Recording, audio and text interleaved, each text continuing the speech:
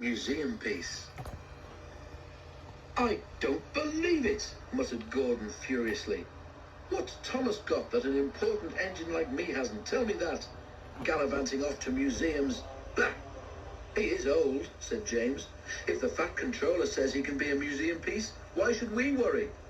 It's not fair, though, grumbled Henry. For a chance like this, he wouldn't have minded being a museum piece himself. The jealous engines all ignored Thomas when they saw him at the junction. Thomas didn't care. He was too excited. Why me? Thomas asked Percy and Toby. Fancy the National Railway Museum people at, where is it, York, wanting me to go there? They've never even seen me. Yes, they have, said Percy. On television, added Toby. The Fat Controller told us about it. He and Percy wanted to go with Thomas, but they knew that someone had to stay and run the branch line while he was away. How much longer till we go? Thomas asked his driver every morning. 1 day less than when you asked before, laughed his driver. Anyone would think you wanted to be a museum piece. Thomas grinned. Gordon, Henry and James are just jealous, he chuckled. Who else is at this museum?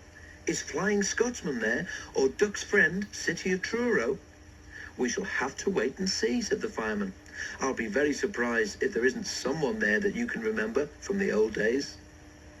And that, of course, made Thomas more excited than ever. At last the day came. A large crowd came to the junction to see Thomas off, and the Fat Controller was there too. Goodbye, Thomas, he said. Enjoy yourself and be a credit to our railway. Everyone gave 3 cheers and Thomas set off. They ran across the island and over the bridge leading to the other railway. It was a slow journey, but at last they reached a place Thomas's driver called Carnforth, where they rested for the night in a big shed. Next day they went on.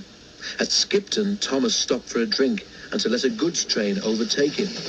While they waited, it began to rain. In a signal box a little way ahead, the signalman opened his level crossing gates for Thomas and set his signals to clear. Suddenly, he heard a crack and then a rattle from the level crossing. The lock on a gate had broken, and the wind was swinging the gate across the rails. Steam appeared above the trees as Thomas drew near. Wow! Exclaimed the signalman, and quickly resetting the signal to danger, he ran to mend the gate. Thomas had never felt happier. His fire was bright, and even the rain didn't depress him. They neared a signal. Its arm was up, showing that the line ahead was clear. Away we go, puffed Thomas happily.